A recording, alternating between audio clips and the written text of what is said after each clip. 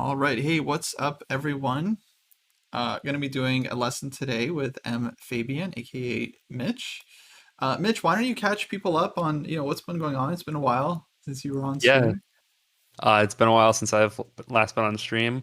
My daughter was born 2 months Nice. ago, so been very busy with her and also busy with preparing for an actuarial exam coming up in October.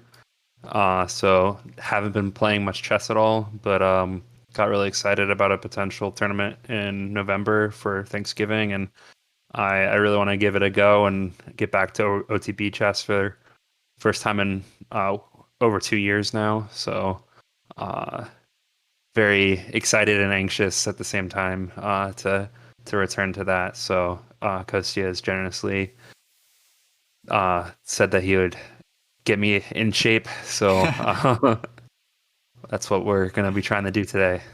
That's right. Well, yeah, you're one of our own in the dojo, so it'd be great to get you some success in OTB. So basically, okay, you got 2 months to your tournament. 2 months. Mhm. It's going to be Thanksgiving. We were just saying it's a nice chunk of time. Um, Yep. and especially if we haven't like played in a while, we've been like super busy. Like I totally get it. Like it's for me, it's always been very hard to play chess when anything major in my life is going on, and I've never had a baby, so I can only imagine. like I get distracted with like the smallest of things, right? But um, yeah, so part of it I think is just going to be being able to, let's say, dedicate yourself, like focus during the game, and making sure. I imagine like if your mind is wandering a lot during the game, that could be really distracting, especially during a classical game. But okay, I'm sure all kinds of stuff will come up. Um, what would be cool to do is just have you play a rapid game today, and we'll just kind of watch, and then afterwards we can uh, talk. Because if I got you correctly, you haven't played like even online in a little while, so you're pretty Yeah, rusty. no, I've played 2 games in the last 2 months. One of which was that disastrous game during the sub battle, where I just completely played like garbage, and then the other game I don't even was remember. I don't remember it. I honestly I was don't. in exchange French. It was terrible. Um, and then I played one classical game recently against Falk, where it was a very undeserved win. We'll put it that way. Gotcha. Um, where I blundered the end game twice, and he resigned, unfortunately, in a drawn position. So, Congratulations. Cool. So yeah, I think for you and if for anyone who's just like hasn't played in a while, leading up to OTB event, I think like playing is just maybe the most important training tool you can have. Just kind of like experiencing battle conditions. I mean, there's just like nothing quite the same as like playing a game, like with the clock ticking and you have to make moves and there's a lot of pressure. And there's usually more pressure at tournaments, right? Because it's like, you assign value to the event. It's like kind of an important thing. yeah, So yeah, for me, I've always felt like just the more you play leading up to an event, is probably the better. It's better to practice, and this is something like I am not great at myself, but something that I'm trying to work on as well. Is just like playing more like over the board, um, yeah, or at the very least, studying over the board, like calculating problems over the board, doing some kind of like playing through games. I think using a physical board for whatever reason, I feel, yeah, it just kind of prepares you more when you actually show up and play a tournament. yeah. That makes a lot of sense. Um, so yeah, let's see. Well, let's get started. If someone in chat wants to play against Mitch, that would be cool. I was thinking some kind of rapid time control with an increment. So maybe like um, maybe let's see. I actually don't want it to run. I don't want it to run too long. So we'll just do 10 plus 5 as a training game, Okay. and and then we'll go after it afterwards. Okay, Checkmate We is interested. They're about 2,000 OTB. That's cool. That's gonna be a challenge for Mitch, but that's not way above you. So uh, Sounds good to me. yeah, Checkmate We. Let me know your username. I think it's think it's Bird Boy, if I remember correctly. Bird Boy won. Okay. And I will just match you guys up. So you can just go into live chess and the game will start. Great. I'm in live chess.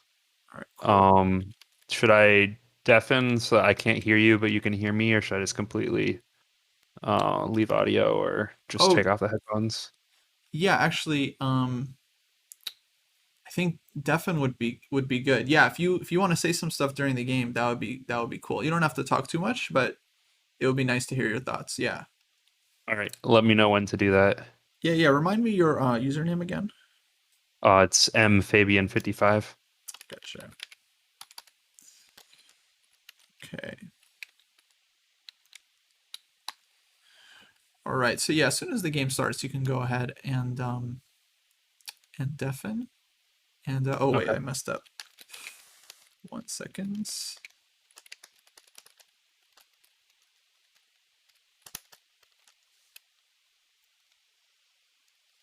All Okay. right, there we Let go. me deafen.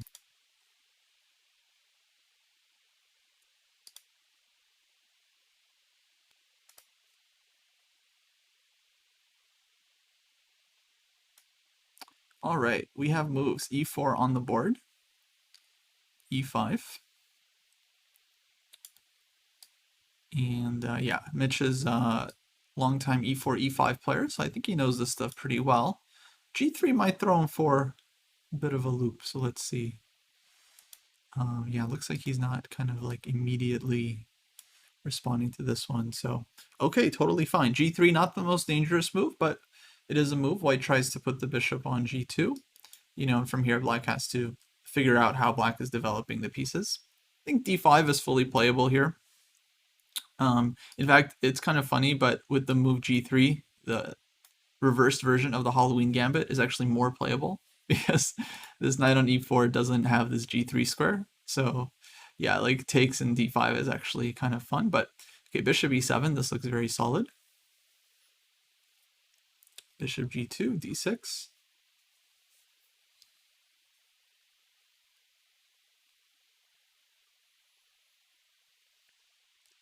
My feeling is that white could be slightly better here if white is able to get D4 in, maybe H3, get a little bit of space. But overall, it might be kind of a solid position for black.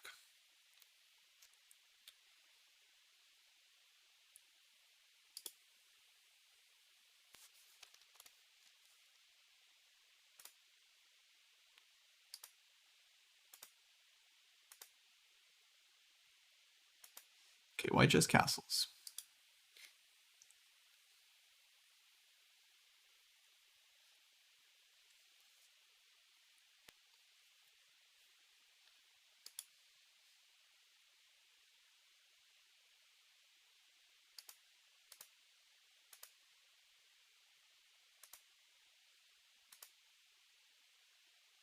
And bishop e6 from Mitch. Yeah, bishop e6 looks totally fine.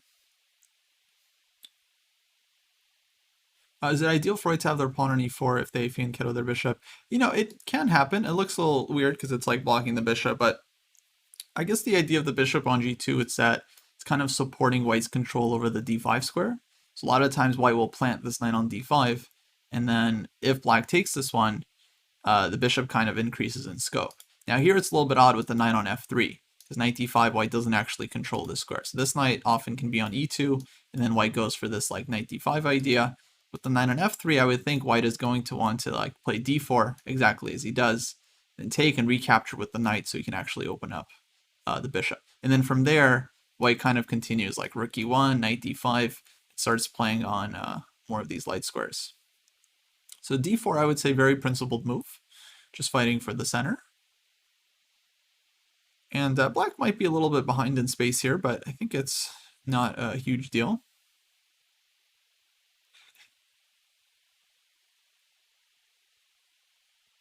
Hey, what's up, Savage? How are you? And everyone else, for that matter.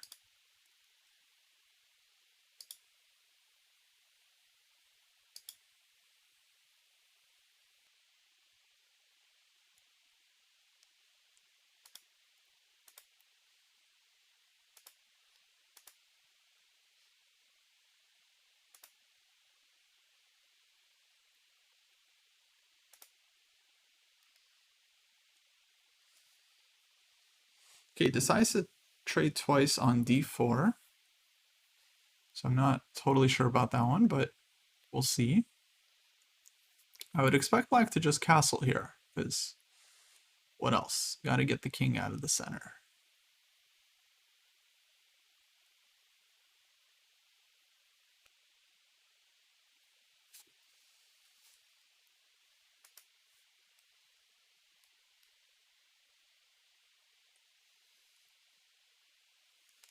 Yeah, to me it feels like white is slightly better, but I don't think it's like the easiest position to improve upon. You know, it's like, okay, you have more space, but you have to make like 10 good moves, and then you'll have to like figure out how to keep pressing. So it's kind of like maybe a long-term advantage for white.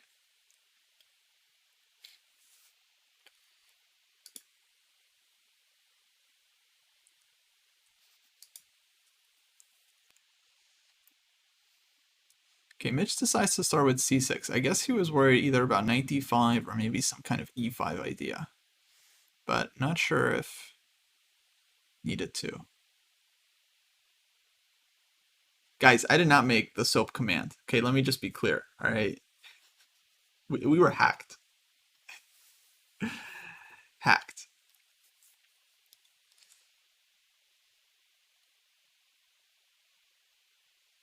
But okay, c6, normal move, covering the d5 square.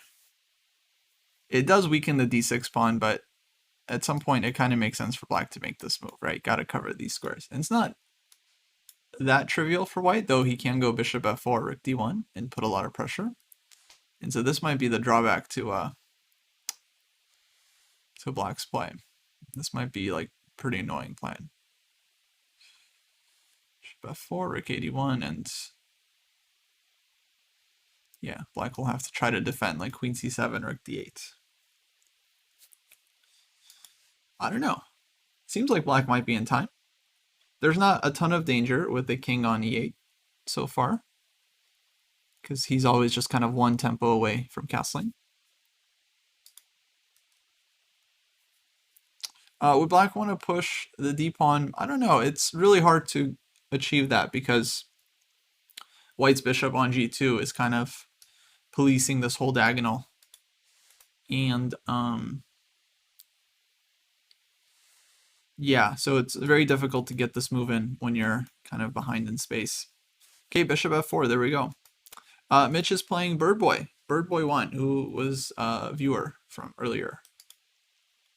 And Mitch's arch nemesis. Yeah. Just trying to add some intrigue. These guys hate each other. They've been rivals for decades. And they've decided it all comes down to this.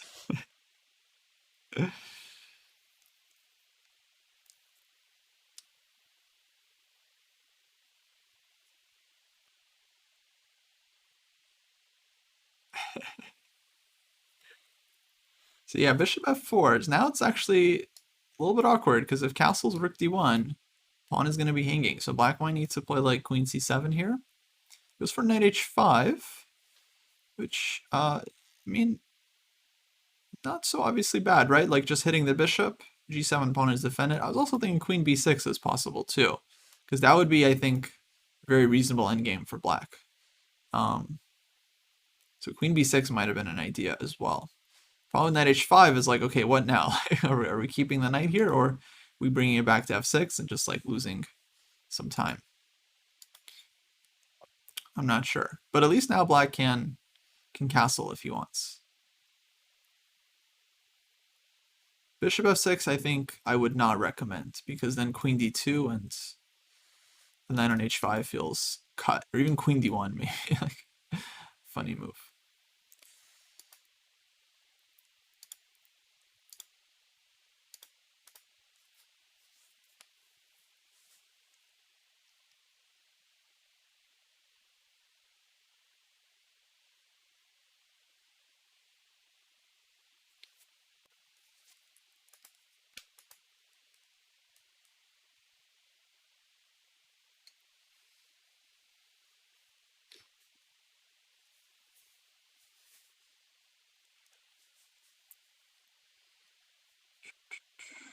Man, Mitch spending a lot of time, but that's okay. Honestly, I mean, this game is just for training mainly. So just going to be interesting opening. Feels like we misplayed a little bit. We'll analyze what we could have done instead, and little by little, we'll learn some more about this game. I mean, chess is hard, guys. I don't know if anyone was aware of this fact, but chess is really difficult. There's just so much variety, so many different positions, structures, and some rules apply in some cases, but not in other cases. And then of course there's like tactics. You got to solve all the tactics. It's not an easy game, you know. Sometimes you make a move. Sometimes you have a position. It's like you feel like every move is bad, but you still have to play something. So like what am I like what are you supposed to like every move you look at looks bad, but you still have to play a move, right? Like it is and if you don't make a move, your opponent still has ways of improving their position. So it's not like you're in Zugzwang. You just don't have a good position. Then somehow there was something you could have done. You just didn't see it. Happens all the time.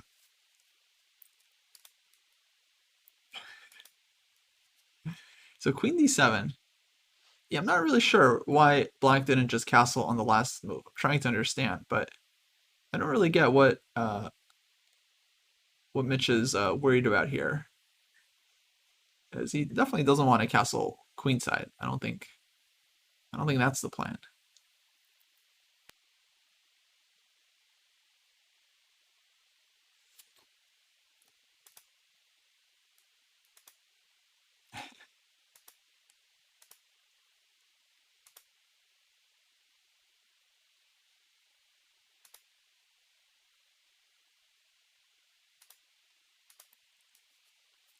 So for KD1, White is just playing, I think, very natural moves. Just putting pressure. Oh yeah, Google fan, you're fine. Um, yeah, Mitch. I mean, neither opponent should be reading the chat or listening to the stream. So yeah, you guys can definitely suggest moves. Oh, E5 on the last move. But E5, I was wondering if Black can take, and then yeah, I wasn't sure how much White gets there. Uh, but it is annoying that you get the D file like Rook AD1 and stuff. So Mitch goes for Bishop H3.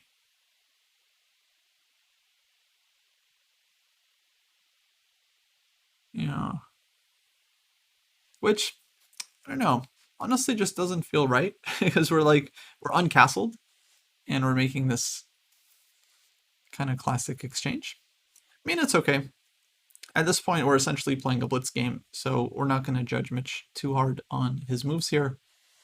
It would just be interesting to get into his mind a little bit.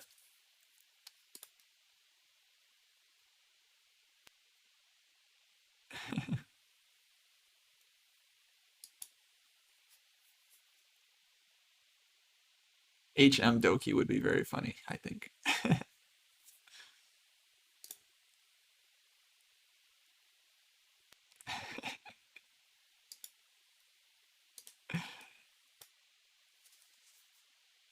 I don't know. Maybe Bishop H3 is okay. Um, it would just surprise me if it was. I don't know. It just doesn't feel right, guys. I'm sorry. Sometimes move just doesn't feel right. So Rook E1. White just ignores the trade, which kind of makes sense. If Black wants to take on G2, White will just recapture.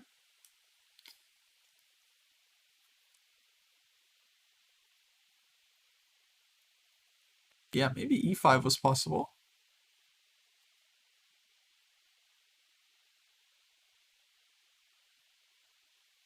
Oh, but I would think E5 takes and just Queen takes E5. Hey, Mr. Bill Jobs with the Prime Sub. Prime Sub. Thanks so much.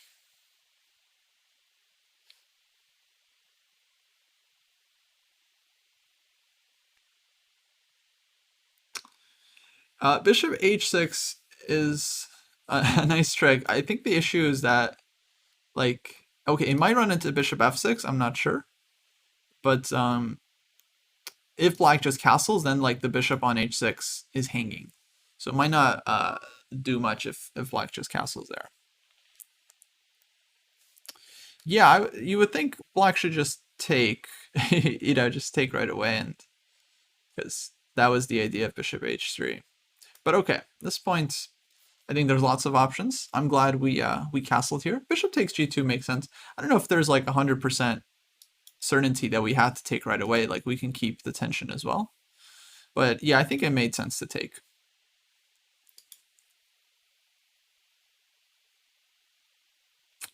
Yeah, Neve Storth, that is a very critical question. It happens a lot in a game actually that, you feel like you see the right move, but you're just not sure if you can calculate it. And yeah, I think it's just like a case by case basis. It's hard to give a full response, but the more you take risk, I think the more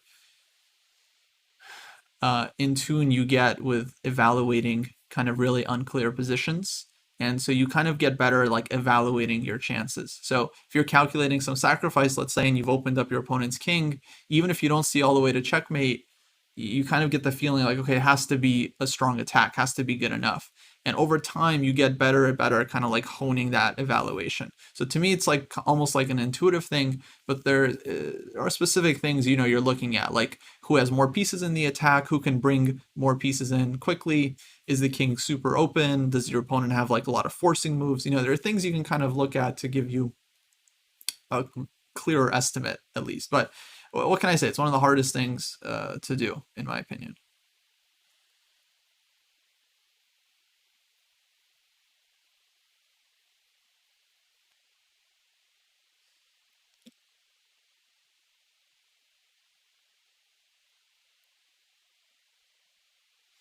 Yeah, I do stand by that advice I gave to Post. Yeah, if you see a move and you think it's good, and it's like you don't see what's wrong with it, but you're just worried the opponent will have something, I would try to play it. Yeah. Okay, now white can go g4. Yeah, exactly. And unfortunately for black, the knight is stuck, so he's gonna have to try to come up with something. But not sure there's a lot to be found here for black.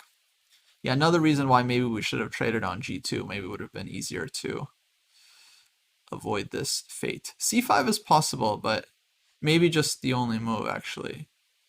I mean, we can take on... Oh, no, this one is hanging. Yeah. So c5, 100% only move here.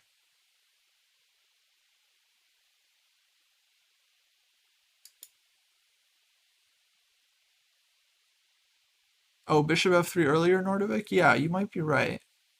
Because black doesn't want to go g6. Okay, Mitch finds it. Very good. Yeah, I think kind of like you have to find this move. Who knows, actually? Game might totally change direction here. It's like, this is a big pawn to lose. And white just takes. It's queen a4 or d4, I think. It'd be pretty annoying. So now, actually, like, I think black has maybe the most decent position he's had all game. Oh, no, it wasn't a free piece, Nordovic, because at least black can go g6, at the very least. And then, okay, still white, I think, should be pretty happy with this, but, game continues. We got some light squares we can try to work with here. Although white should be doing pretty good. So takes queen g2. Yeah, live position. There is 5-second increment.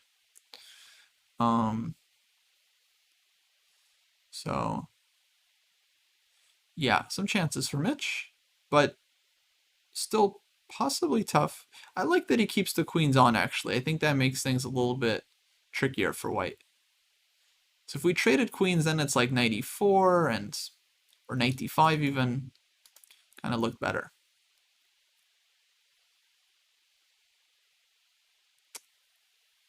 This one, at least, yeah, we preserve some counterplay. Though, we're worse, for sure. Knight d5.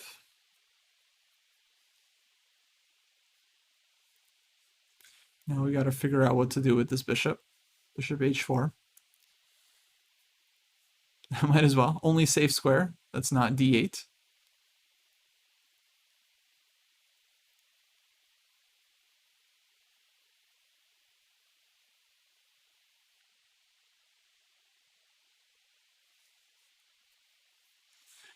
Bricky, and unfortunately, I think knight c7 was the problem. Yeah. No, it's okay. It's okay. It happened. Guys, it happens. It happens. Okay. Relax. Relax. Oh, bishop takes c5. Man, this one was hanging, huh? Yeah, earlier, if queen takes e5, I think that would run into some kind of discovered attack. Maybe even like bishop d4 would be pretty painful. So he went bishop h4. White takes on c5. Rook fe8. But now is knight c7 a problem, or is he thinking he has rook takes e5? Or knight f4 even, actually. Oh, knight f4 is kind of annoying, right? If white goes knight c7. Like knight f4, queen f3, knight h3 check, king g2, and at least knight f4 back. Maybe, oh, king f1. Yeah, I don't know. It's feels very messy.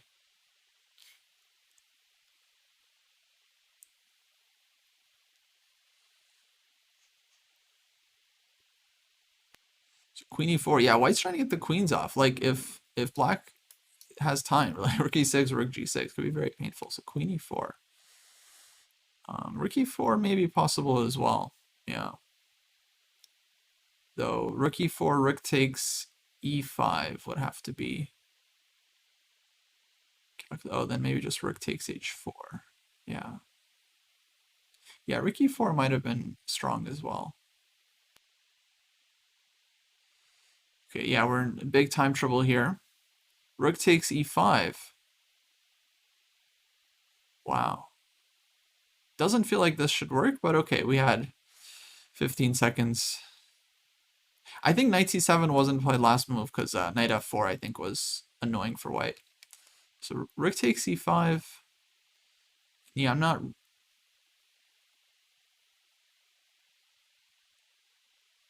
Actually, hold on. No, this makes some sense. Queen takes. There's queen g4 check, and some chances of perpetual.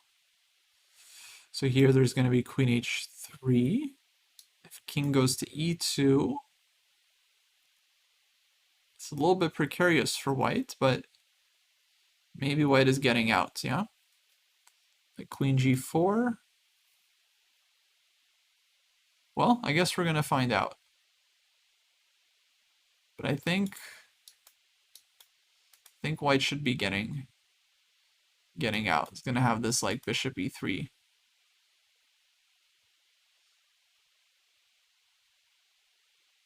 It's also queen c4, but I don't think it does enough.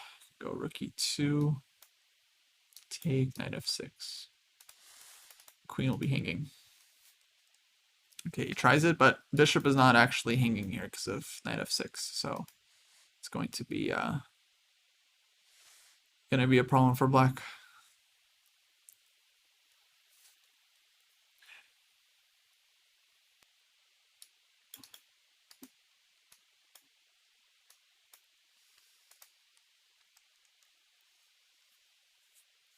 Yeah, I think just knight f6 is GG.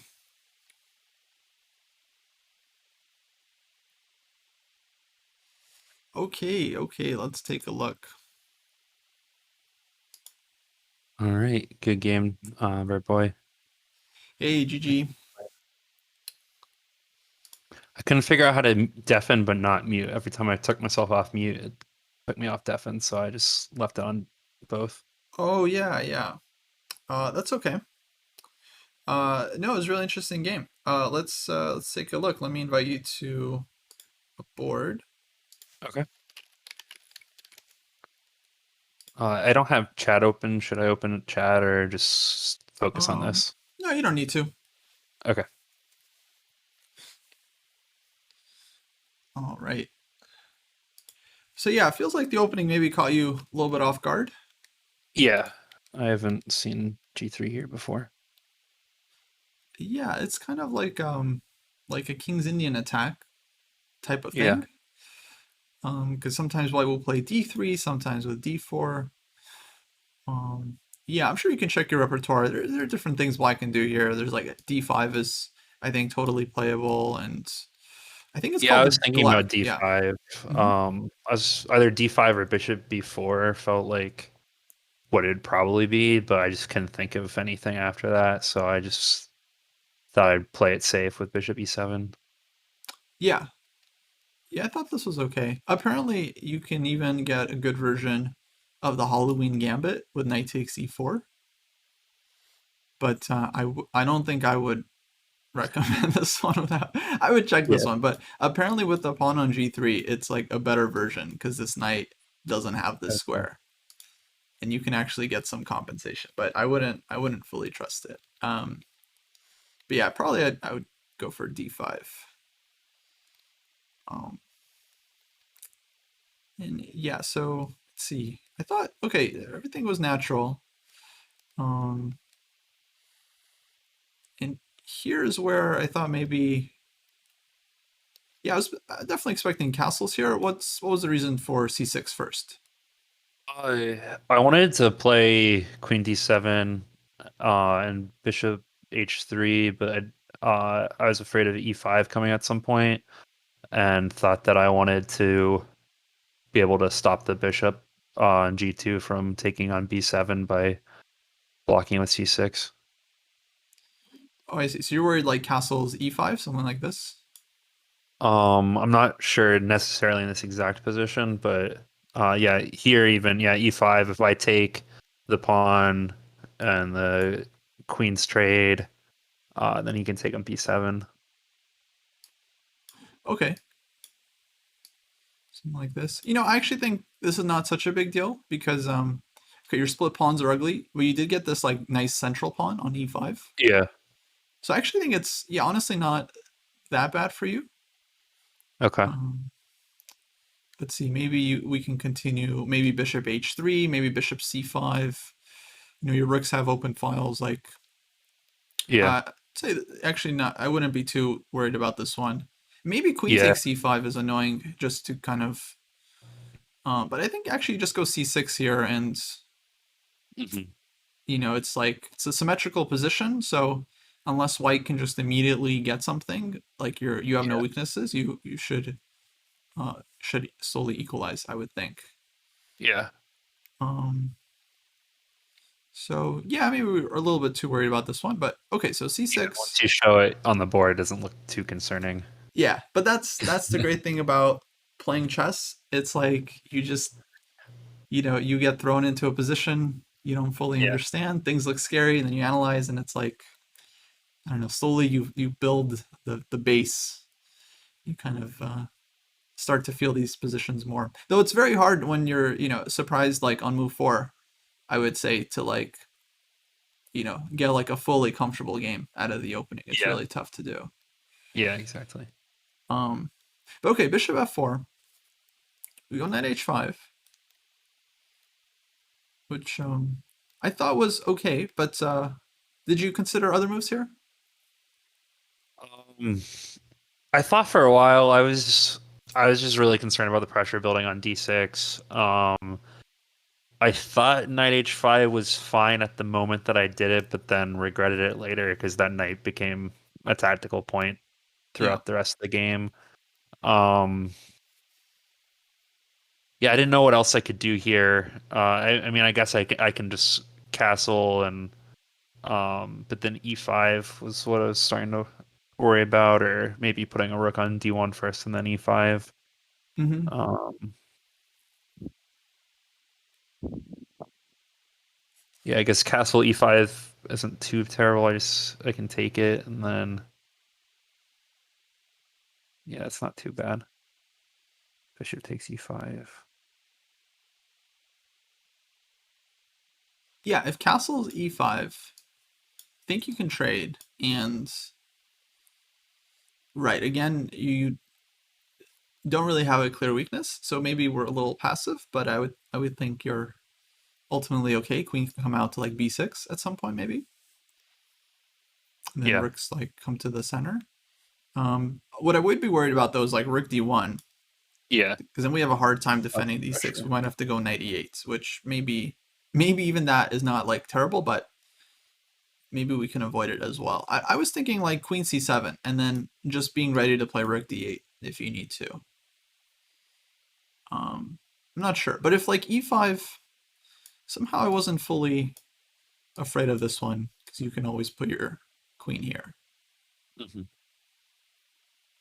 and yeah, I don't fully see what white can do to you here. That's so bad. So maybe this was an option. Another option actually was queen b6, maybe just right away. Okay. Um, because this endgame would be pretty comfortable for black actually.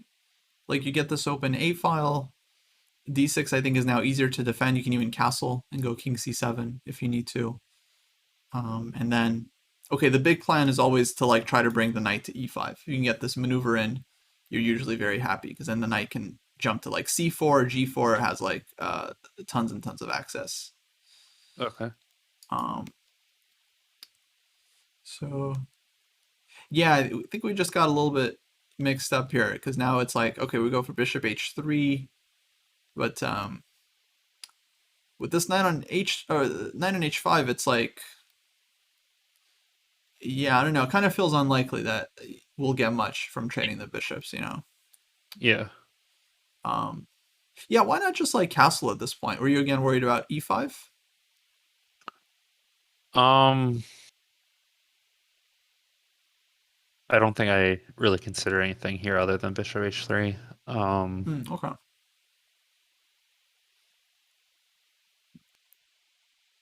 yeah, I think I just got it in my head that I want to play bishop h3, and so I played it. Gotcha. Yeah. Yeah, I was expecting just well, yeah, just castling, just getting the Yeah. king out. But then okay, this one is annoying for sure. Um, and we might have to play d5 here. Yeah, and then bishop f3. Is that worrisome on the knight? That is definitely that could definitely be a problem. Yeah. Yeah, I realized even in the game after d5, I felt like bishop f3 was potentially troublesome. Yeah. I mean, it's not like total game over, but it it Yeah. looks ugly. I mean, you do have the light square bishop, so you know you might have some chances to defend here. But yeah, actually, it doesn't look great for sure. Yeah. Um, This is part of why I was worried about castling was potential on the king on the G file if the knights ever got traded or if the knight ever got traded off there, but I ended up castling in the game anyway. But I just couldn't think of a way to queenside castle safely either. So yeah, yeah, I definitely can't go queenside. Right, so it kind of starts with this knight h5, but actually, even after knight h5, I think yeah, queen d7 definitely not necessary here. I think you can castle and then on rook d1, like you're in time to play queen c7, and yeah, um, yeah, honestly, it actually doesn't look so bad. Your knight can come back to f6 and d7 one day, and yeah, we're just a yeah. little bit behind in space. So maybe f4 is unpleasant. Um,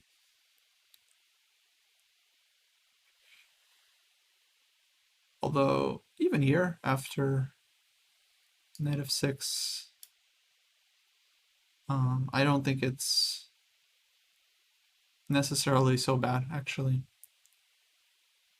Like if f5, bishop drops back.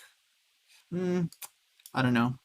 It's we're giving up a lot of space. It would really be nice to get knight d7, knight e5, but fortunately white has bishop f4, and Okay, yeah, it starts to look very, very passive for black. So Yeah. I don't know. Maybe we have to come up with a different move here.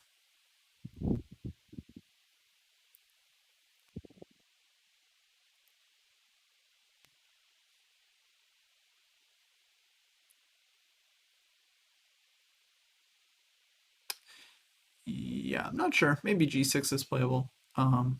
Yeah, that's what I was looking at. Definitely hard to say. Yeah. If Queen C8, maybe I don't know. F4, F5.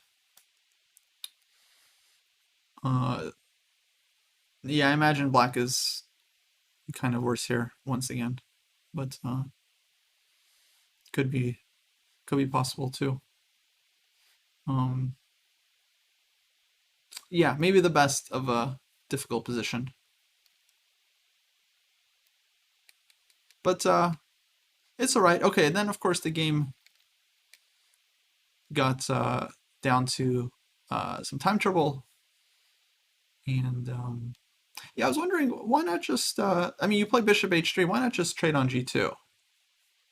Yeah, I should have. Yeah. Would have made it a lot easier, especially after in the game after castles e5 d5. I think bishop f3 was just crushing. So if I traded first, it would have made things a lot easier. Yeah, yeah. I mean, there doesn't seem to be like sometimes it's good to hold off on trading if you want to like play H5 H4 and you Yeah, want to keep the H2 pawn not able to advance. Here, I think yeah, there's not much we can really use the tension for, and if yeah, anything, it just kind of feels like a liability. It's like your queen yeah, is always like tied down. Um, yeah, we're definitely still a little bit worse here, but I think it's like honestly, even this is not. I don't know. I don't think it's like terrible, terrible.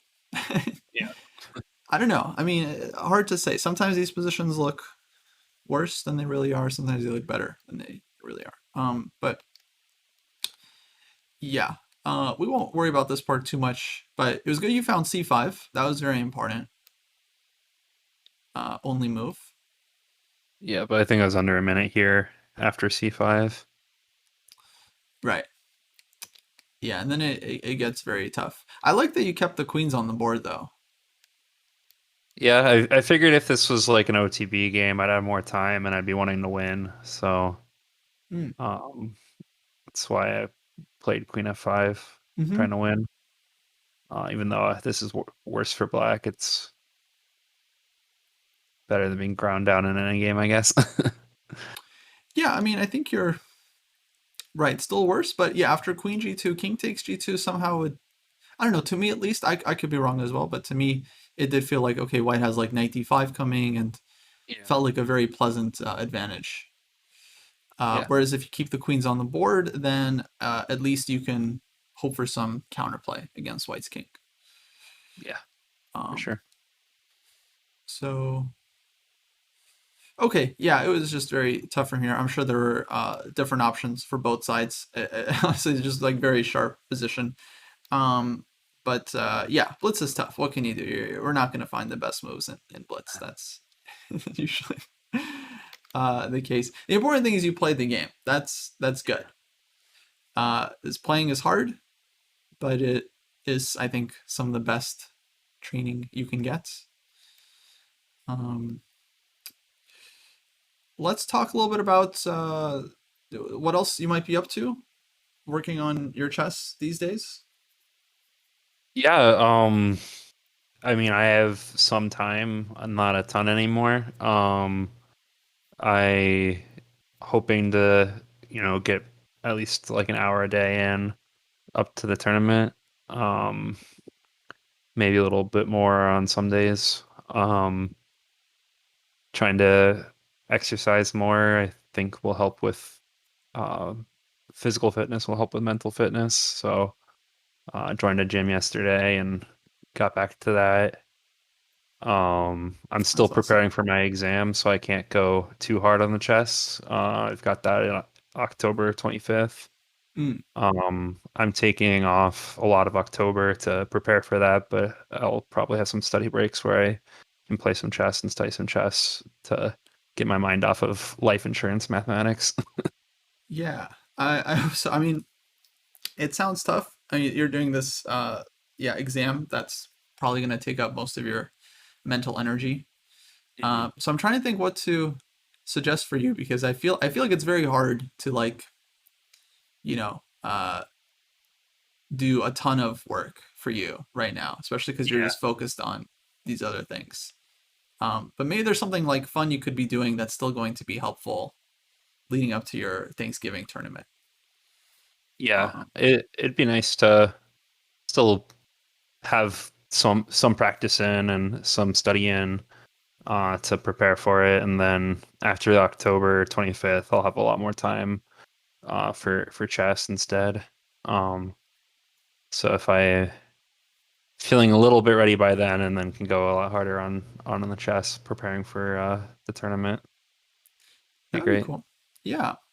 In the meantime, maybe I'd say for you actually in this next month, maybe just focusing on just solving tactics, kind of like on the simpler side, as a way to just kind of like warm you up, like give yourself like a little boot camp. Yeah. Because it's not something that takes a ton of mental energy. It's just kind of like drilling patterns. But then maybe once you have more time, you'll feel like your brain is going to be hungry for like something harder by that point. Yeah. Yeah. And Okay. Yeah, I can work on that. in the meantime, just kind of cakes in some patterns and keeps you in good form. I would say if you have time to like study OTB, like read through some book or play through some games, I think that's always going to be like useful in the long run. But as you have time and energy, that's kind of up to you. But yeah, if you can find some time during the day to do some tactics on your phone, it's also a very flexible form of training, so it's nice. Yeah. Yeah, I That'd be find cool. tactics or chessable on the phone is really easy to do on the treadmill. So Oh, nice. um, I do that sometimes. Um, so I can try that. Not if I'm running, just when I'm walking. That's But cool. yeah, Yeah, like uh, Benji was saying. I don't know if you saw the interview with uh, Benjamin about like physical fitness and like mental fitness. But he was saying it's really interesting to try and do physical training after your mental training. Or maybe it was vice versa. I actually don't remember, but one after the other. Like yeah, you get really tired and then you try to do like some tactics on your phone, or vice versa. You like burn yourself out doing tactics and then you do like physical fitness after that. Could be very useful. okay, interesting. Um, but yeah, well, we'll be rooting for you, and you have endless amount of training partners in the dojo, I'm Yep. sure. And hopefully we'll find time to do some more lessons before then as well. Okay. Yeah, that'd be great. And yeah, I'm happy to work on more specific stuff. Actually, if you have any questions, we can totally do something a bit more targeted. Yeah, I'd love to learn more about playing with space. Um, I've been reading the Sam Shanklin courses, and a lot of the positions look really nice for white at the end, but then I realized that I would not know how to actually play it Mm, if I got the position over the board. Um, where yeah, the computer is saying plus over minus, but I don't know if I would be able to convert it. yeah, that's interesting. It definitely does take some experience to play both e4 and like d4 positions. That could be fun to work on. I need to kind of beef up my um, collection of instructive material for like how to play d4.